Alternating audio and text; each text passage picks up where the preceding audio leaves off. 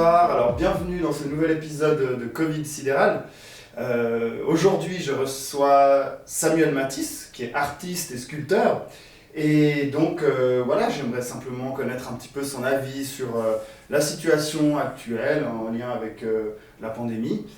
Et puis, on va commencer avec la première question, toute simple. Mais avant, j'aimerais simplement préciser que je ne suis pas journaliste, je ne suis pas expert, je ne suis pas médecin, virologue, sociologue, psychologue, politologue, etc. Je suis simplement un être humain et je récolte les questions et les avis et les positionnements de certaines personnes qui ont tout simplement envie de s'exprimer de tous bords différents.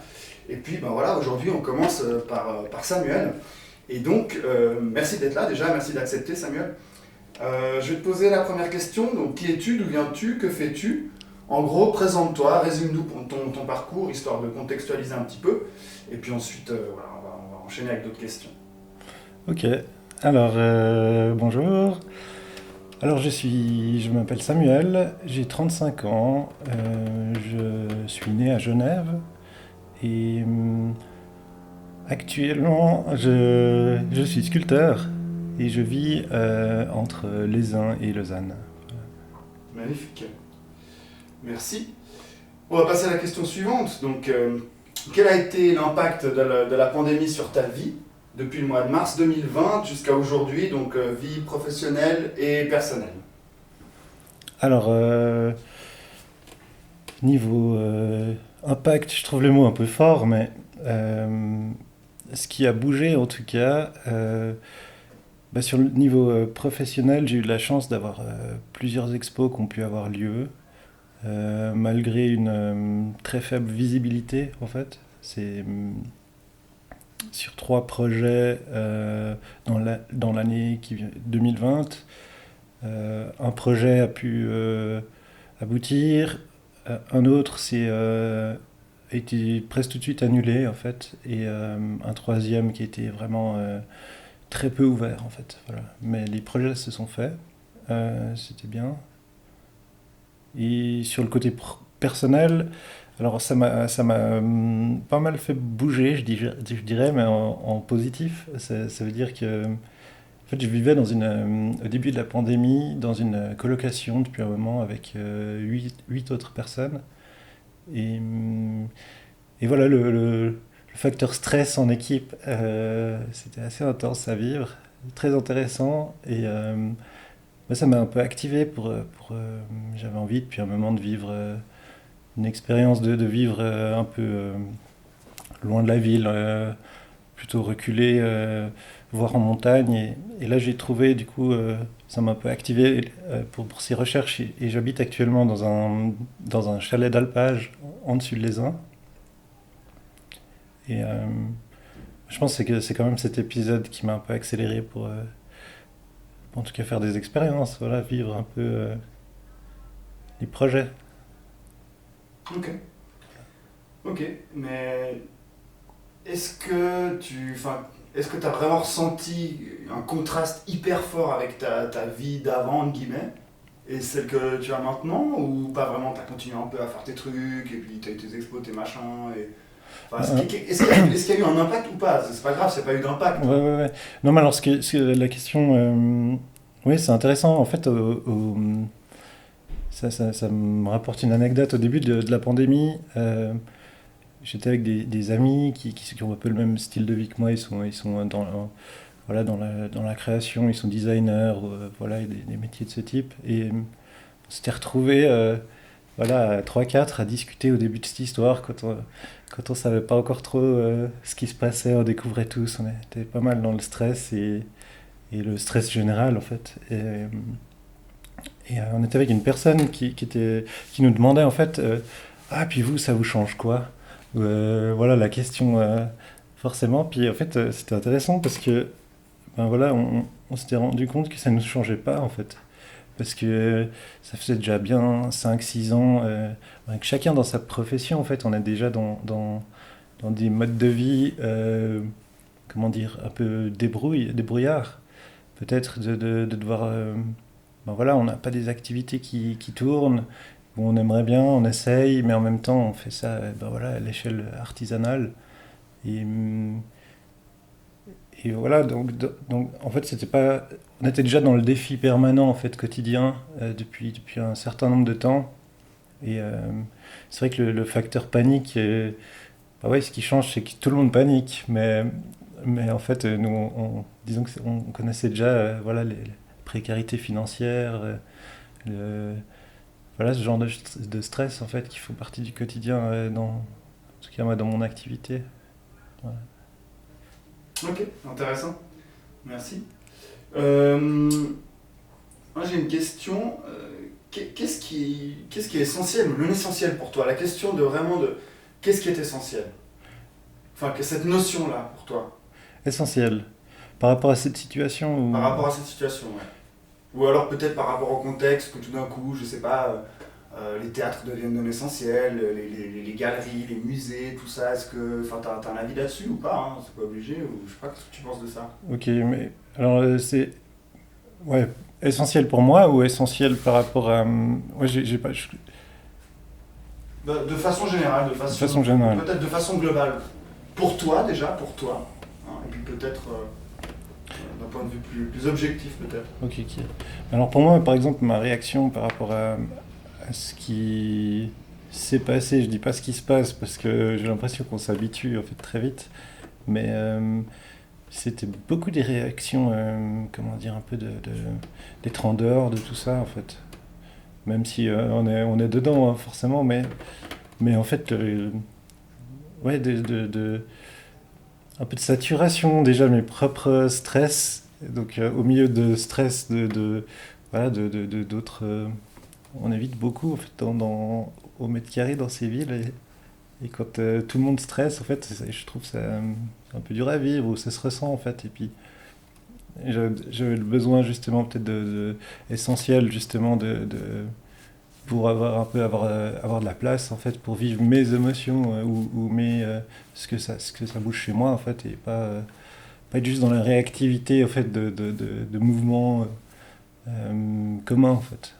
Ok, intéressant. Même si ça m'intéresse aussi, je me tiens au courant, voilà, je vois des gens un petit peu hein, ce qu'on peut, mais, mais, mais oui, ouais, besoin d'un peu voir ce qui se passe pour moi en fait et de me faire mon avis personnel en fait. Voilà. Ok, hyper bien, ok, hyper intéressant.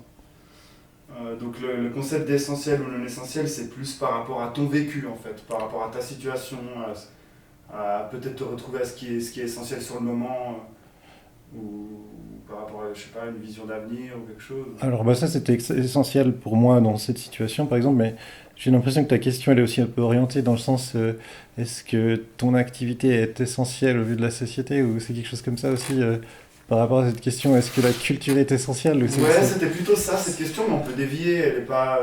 si tu veux, mes questions, elles sont vraiment purement... c'est des prétextes pour que tu nous donnes ton opinion un petit peu sur tout ça, et puis voilà, mais on peut passer à la Ok. question suivante, si jamais ça ne parle pas, Non hein. non vas-y vas-y.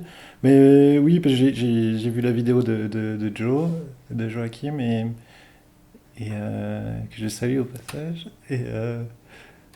et oui cette question donc que la culture est jugée non essentielle. Euh, j'ai l'impression que voilà, maintenant il y a beaucoup de mouvements, on en parle beaucoup, peut-être. Voilà, tout le monde défend son activité, parce que voilà, beaucoup de secteurs sont touchés. Mais c'était déjà une question qui était là bien avant, en fait. Pour moi, la culture est-elle essentielle ou pas et j'ai l'impression que ça met juste un peu en avant, que ça monte un peu le volume, mais c'est toujours les mêmes questions, en fait. Et c'est vrai que ben, moi, je fais de la sculpture, alors est-ce que c'est essentiel, est-ce que c'est pas essentiel? En fait, c'est pas une question. Cette question, moi, je la résous que c'est essentiel pour moi, et puis c'est ça qui, en tout cas pour l'instant, compte. Et puis ben voilà, de cheminer comme ça, en fait. Ok, merci. On va passer à la suite, on va parler un petit peu de vaccins, alors. De vaccin. Qu'est-ce que tu penses de toute cette histoire de vaccins? Est-ce que tu crois que ça va un peu nous... Il y a un espoir, ça va nous sortir de tout ça, ou est-ce qu'en fait on s'en fout complètement de ce vaccin? C'est quoi le truc pour toi? Alors personnellement, j'en ai aucune idée, mais vraiment, parce que je m'y connais pas du tout dans ces domaines-là, même si la santé m'intéresse, mais le vaccin, c'est pas quelque chose que je connais en fait. Et puis, euh, moi, personnellement, j'aurais pas envie d'aller me faire piquer. Mais ça, c'est vraiment. J'ai pas envie qu'on me mette quelque chose à l'intérieur, en fait. Que ce soit un vaccin pour une maladie ou une autre, ça me plaît pas l'idée. Après, c'est ultra, comment dire, égocentrique, quoi. J'ai pas envie qu'on me mette quelque chose, quoi. Donc t'as pas de vaccin, t'es pas vacciné, je sais pas, Alors, j'en ai des vaccins. J'en avais pas jusqu'à assez tard dans l'âge, ou peu, quoi, vraiment le minimum. Et.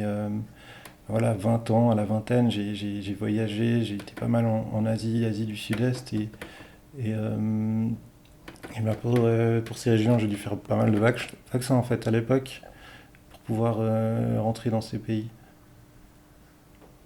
Ok. Et voilà, n'étant pas pour, bah voilà, des fois, on avait déjà aussi pas le choix. Là, je sais pas, j'espère qu'on aura le choix en fait, parce que mais c'est vrai que cette idée, euh, ça me stresse pas, disons, dans le fait où je sais qu'on peut pas me forcer à me piquer, et voilà. Donc ça me stresse pas pour ça, mais c'est vrai que j'aimerais pas être contraint ou avoir moins de mouvement, de liberté de mouvement parce que je refuse quelque chose que je juge intrusif. Mhm. Mais alors du coup, est-ce qu'il y a un élément qui pour toi pourrait nous permettre de sortir de cette crise, peut-être autre que le vaccin Cette crise, je sais pas si elle est différente d'une autre. Il y a beaucoup de crises en fait. C'est que là on parle beaucoup de ça, mais en fait il y a beaucoup ouais, c'est toujours pareil, il y a beaucoup de problèmes de société, de violence, de faim, de tout type quoi, de guerre. C'est toujours été là en fait. Et c'est vrai que maintenant on met le projecteur beaucoup sur on appelle la crise, mais en fait moi je dirais qu'il y a des crises partout. Et puis ben maintenant c'est vrai que peut-être si on est touché, ça nous chamboule un tout petit peu notre quotidien. On se dit oh là là c'est la fin du monde, c'est la crise, mais en fait de tout temps un peu partout il y a des gens qui vivent pas la même chose que nous et ouais c'est quoi une crise en fait c'est quand ça secoue puis ça secoue à beaucoup d'endroits en fait c'est vrai Ok. dans beaucoup de domaines.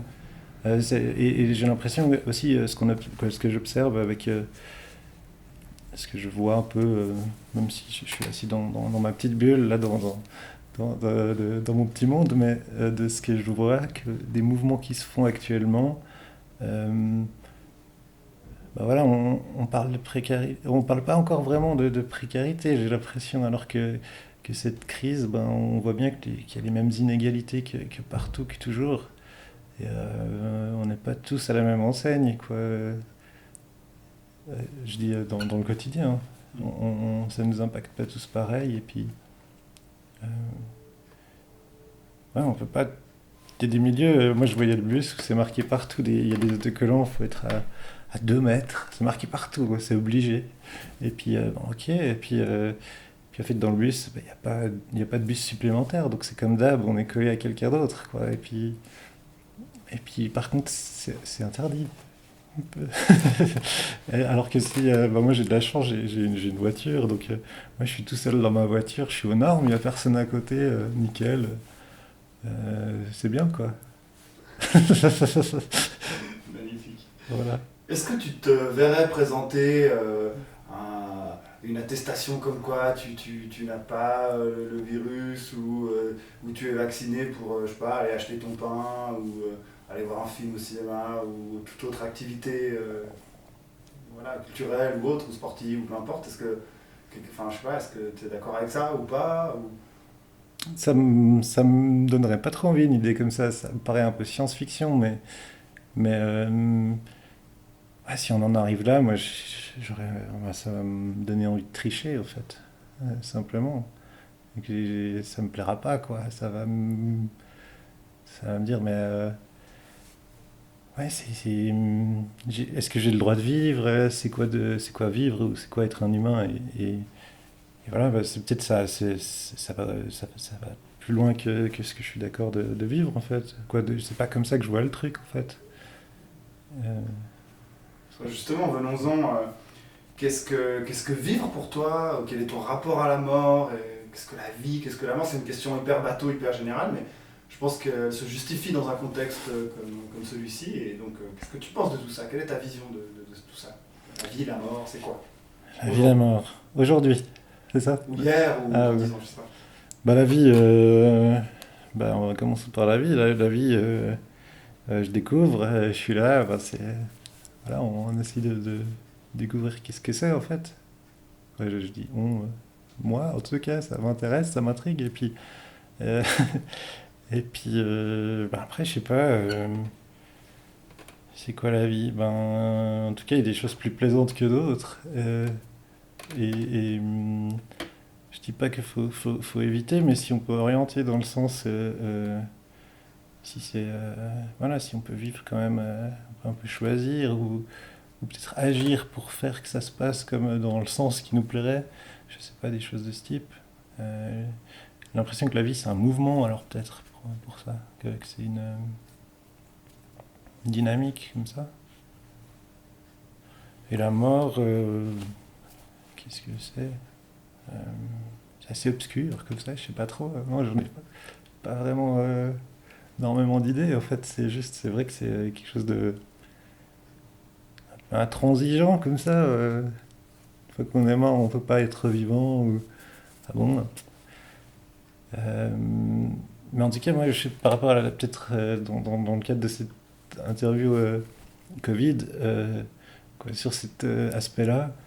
Bah, en fait, moi j'ai l'impression que je préfère vivre que me protéger. Je dis de tout.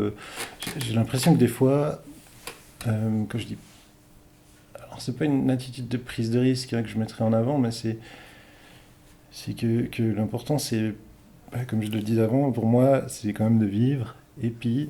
Euh, et puis en fait, si on a l'impression, si on se sent, ou si on ne peut plus faire ce qui nous fait vibrer dans la vie, eh ben en fait on n'a pas cette sensation de vivre. Et puis alors c'est très personnel parce que pour chaque personne ça serait autre chose, mais c'est des besoins humains quand même que j'ai l'impression sont pareils pour tout humain, qui sont assez fondamentaux et basiques quoi. Et puis la liberté de mouvement, d'action, de choix, ça fait quand même partie des piliers j'ai l'impression. Et ouais, d'avoir des fois des sentiments de ce côté-là où on nous dit ce qu'il faut faire, ce qu'il faut pas faire, et ben ça peut nous. Quoi, moi, ça m'a un petit peu. Ça m'a chatouillé de ce côté, quoi, en fait, vraiment. Hein. Je me suis dit, il se passe quoi, en fait je peux pas vivre. Ou voilà, ça m'a mis face à ce genre de questions. Et puis du coup, bah oui, c'est intéressant parce que c'est quoi vivre. Et puis, bah, c'est grâce à ça qu'on. En tout cas, que moi, je découvre de plus en plus. En tout cas, ça m'aide de me sentir contraint pour. Ouais, ça me rend créatif, je crois. Simplement, la contrainte, ça me dit, bon, bah, tiens, je fais comment et, hum, et ouais, rebondir, ce qu'on appelle. Mais en fait, je vois pas vraiment. Pour moi, je vois pas le mot rebondir dans le sens, il y a un problème, faut rebondir. Ça serait. Ça serait, ouais, en fait, bon, bah, ça me plaît pas comme ça, alors moi, je fais comment? Et puis. Et puis, voilà, je trouve que c'est des questions qui méritent d'être posées. Puis beaucoup de gens se les posent et je pense que c'est génial, justement, ce qui se passe pour ça. On, on donne peut-être plus d'attention à, à faire ce qu'on aimerait, en fait. Et du coup, est-ce que ça a eu un impact sur ton processus créatif? Est-ce que tu penses tes œuvres différemment? Ou absolument pas du tout? Tu es toujours dans la même dynamique? Je dis vraiment par rapport à la création artistique, là, c'est une question assez précise. Ouais. Est-ce que ça a eu un impact? Est-ce que le fait que le monde autour de toi soit complètement chamboulé, est-ce que toi, dans ta bulle, entre guillemets, comme tu disais tout à l'heure, est-ce que ça a une influence? Ok. Bah oui, énormément. En fait, ça m'a peut-être plus fait voir à quel point j'étais dans ma petite bulle, justement. Euh, je fais mon petit machin dans mon coin, et puis bah, voilà, de temps en temps, je peux l'exposer, voilà, mais il se passe pas non plus énormément d'interactions. Disons que je commence, hein, ça fait 3 ans que je suis à plein temps, plutôt dans l'activité sculpture, et voilà, pour vivre, je gagne plutôt de l'argent par des services, en fait, pour produire pour d'autres artistes ou réparer des sculptures, installer des pièces, des choses comme ça. Après, mon travail, je le vois plus comme voilà, une sorte de hobby et j'essaye voilà, le diffuser, le montrer. Euh, Par rapport à...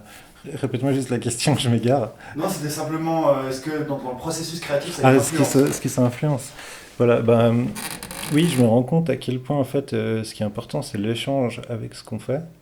Et puis le fait d'être isolé, moi, je me rends compte que, bon, je l'étais déjà un peu, mais d'être isolé plus, je me rends compte, ben, tiens, c'est quoi en fait, la typique, par exemple, mon activité, la sculpture, sans public, c'est quoi? Et il n'y avait plus rien, en fait. C'est la sculpture sans quelqu'un qui la vit, qui la voit, qui vient discuter ou un échange, quoi. C'est une histoire de relation, en fait, avec, entre... et ouais, de ce côté, il y avait beaucoup moins d'utilité. Et actuellement, voilà, je fais des petites choses pour moi, mais je retrouve aussi justement aussi ce côté de faire pour moi. Et si ça n'a aucune autre utilité de ce qui vient, ce qui me fait plaisir. Puis c'est vrai que j'avais un petit peu peut-être éloigné ça depuis que je me prends au sérieux dans la sculpture. Et ça fait du bien aussi. Euh, voilà. Mais sinon, alors du coup, ce que ça a changé, c'est que ces temps, j'ai un peu aussi converti un petit peu mon atelier en une petite partie en laboratoire pour faire de la bière. Parce que je me suis dit, bah tiens, c'est aussi quelque chose qui m'intéresse, de découvrir comment fabriquer. C'est aussi une création, si on veut. Et puis là, je vois une utilité dans le sens, actuellement, dans le sens où ça peut recréer un lien social, en fait. Voilà, à petite échelle. Moi, je suis à petite échelle, donc juste, voilà, je croise mon voisin. Ah, t'as vu, j'ai fait une bière, tu veux goûter? Et puis voilà, je retrouve ce que je trouve plus dans la sculpture, en fait. Euh, et voilà, en tout cas, voilà, j'expérimente, hein, simplement, mais je fais plutôt des créations liquides ces temps. Peut-être ça va te perdre, mais en tout cas, ça permet peut-être d'amener voilà, à discuter autour de la sculpture ou à amener justement les dernières bières que j'ai fait goûter à des amis. On m'en a parlé et tour de sculpture et voilà, ils aimeraient bien prendre des cours, donc je pense que je vais ouvrir des cours de sculpture maintenant. Donc voilà, une chose en amène une autre. J'ai l'impression que ouais, il y a des mouvements en tout cas. Ok, c'est intéressant, ça m'amène justement à la question suivante c'est quoi la suite? Comment tu te projettes un peu dans l'avenir, dans ce contexte-là, à court terme, mais ça peut aussi être à moyen, voire à long terme. Je sais que c'est une question de nouveau assez large, assez ouverte. Est-ce que tu peux nous en dire un peu plus là-dessus? Alors financièrement, c'est très précaire et c'est préoccupant ou c'est stressant, hein, comme on pourrait le voir, mais en même temps, c'est quand même pas nouveau dans mon activité, en tout cas pour moi. Et, on va essayer de voilà, maintenir le bateau, en fait. Simplement, c'est vrai que pour l'instant, c'était un petit peu le mode dans lequel j'étais. Et, euh, et puis oui, il y a des ouvertures, donc ça, c'est des choses à essayer, comme voilà, une idée de donner des cours de moulage, des choses, voilà, d'apprendre un peu aux autres les techniques, moi, qui m'occupent, qui me passionnent, qui me permettent de me sentir vivre, en tout cas, voilà, de échanger ça, ça m'intéresserait. Et donc voilà, l'avenir, en fait, il est en train de se faire, puis on verra, j'en sais rien, en fait, vraiment, mais... Excellent. Mais du coup, si je peux me permettre, comment tu fais pour justement subvenir à tes besoins aujourd'hui? Alors, financièrement, Oui. oui, financièrement, j'ai un travail, comment dire, fixe, quoi, fixe. Je suis indépendant pour la production d'un artiste sur Lausanne, et du coup, régulièrement, je travaille pour ce travail-là. Et j'ai de la chance parce que ça, voilà, il y a toujours de la demande, en tout cas pour l'instant. Et j'ai une petite base, voilà, stable. avec un mode de vie très précaire, mais quoi, précaire, en fait, c'est peut-être le mauvais mot, mais Humble. humble, voilà, simple, Simple, humble. voilà. Excellent. Du coup, si on revient un petit peu au contexte, euh, quels sont, selon toi, les éléments positifs et les éléments négatifs qu'on peut en tirer de tout ça, en fait, finalement? Parce que je pense qu'il ne faut pas non plus trop faire le focus sur les éléments négatifs, parce que de toute façon, il y en a tellement que... Voilà. Mais quels sont les éléments positifs? Alors peut-être on va orienter la question là-dessus, que selon toi, de cette situation d'une façon générale, pas seulement pour toi, mais vraiment d'une façon globale, pour l'humanité. Pour l'humanité. Alors positif, moi ce que j'ai beaucoup apprécié voir chez les gens, dans les réactions que j'ai pu voir, euh, c'était de tout d'un coup prendre du temps pour soi. J'ai l'impression que voilà, tout un monde a découvert le travail partiel, des choses de temps partiel, des choses comme ça. Moi ça fait déjà depuis très longtemps que j'expérimente ce genre de choses que je vois pas comment faire autrement en fait. J'ai besoin de temps pour ça, donc même si j'ai un emploi, bah, c'est pas toute ma vie, c'est une partie pour laisser du temps peut-être pour autre chose. Euh, donc ouais, de voir cette découverte du temps pour soi chez les autres, ça m'a fait plaisir. Ouais, ça j'ai trouvé positif. Et puis ouais, c'est assez paradoxal parce que le fait d'être tout seul, ben voilà, d'être moins en mouvement, sollicité, ça, ça recentre en fait un peu. Ça permet de peut-être d'être plus soi en fait, pas de devoir faire comme on fait, comme on court toujours et tout ça. Donc il y a un peu ce sentiment, un petit peu tu me dis si je me trompe, mais un peu de relâchement, de souffler un bon coup, de dire ça se calme un peu, ça s'arrête, je peux enfin respirer, je peux enfin voilà, faire mes trucs sans, je sais pas, sans être, on va dire, parasité par, je sais pas, devoir des rendez-vous à gauche à droite, appeler si machin, les exposer. Peut-être que, je sais pas, hein, tu me dis si je me trompe, Mhm. j'interprète peut-être, mais voilà, il y a ce côté positif où bah voilà, c'est maintenant, ça te laisse peut-être un peu le temps de plus focus, un peu plus peut-être sur ton travail, sur toi-même, je sais pas, peut-être je me Mhm. trompe, hein, Bah, peut-être ouais, ça, ouais, j'ai l'impression justement que c'est ça, c'est que c'est devenu comme plus admissible, mais par prétexte, hein, donc c'est bizarre, mais de prendre du temps pour soi. Euh, et peut-être cette notion, on a parlé tout à l'heure avant la vidéo d'égoïsme, peut-être aussi, où tout d'un coup, ben, c'est peut-être pas un terme comme on verrait péjoratif, mais c'est peut-être aussi de là que vient la singularité des gens, ça veut dire quoi des gens, tout le monde est singulier, mais le fait de justement valoriser la singularité ouais, que ça soit un plus en fait. Merci Sam. Voilà. Merci. Est-ce que tu as quelque chose à ajouter à ce petit entretien Qu'est-ce que j'aurais à ajouter?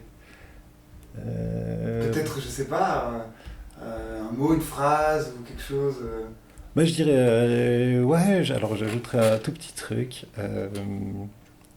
Ça vient comme ça, mais ça serait juste ouais, de profiter de la vie, parce qu'en fait, crise, pas crise, tout ce qui se passe, ben, en fait, c'est la vie quand même. Et puis en fait, c'est là qu'on est, en fait. Et ouais, voilà, juste c'est pas de pas se prendre au sérieux, mais c'est de quand même un peu, voilà, pas stresser plus que ce qu'il n'en faut. J'ai trouvé intéressant cette notion de bah, finalement des crises, bah, il y en a tout le temps. Celle-là, bah, voilà, elle est là, mais on est tout le temps en crise en fait. Et j'ai trouvé justement ton intervention là-dessus assez intéressante. Et c'est vrai que je n'avais pas vu ça comme ça. Donc voilà, cette façon de relativiser un peu les choses, c'est un point de vue intéressant. Et je te remercie. Et donc je pense qu'on va arrêter notre petit entretien ici. Sam, je te remercie pour ta contribution. Vraiment, c'est un exercice qui est vraiment difficile. Je le reconnais. Et puis, Et donc voilà, moi j'aimerais te dire que je t'aime et que je te souhaite tout le meilleur pour l'avenir, Sam. Encore merci pour ta participation et ton honnêteté. Merci. Et à bientôt. Merci, Paul. Ciao, chef. Ciao. Ciao. Ciao, merci.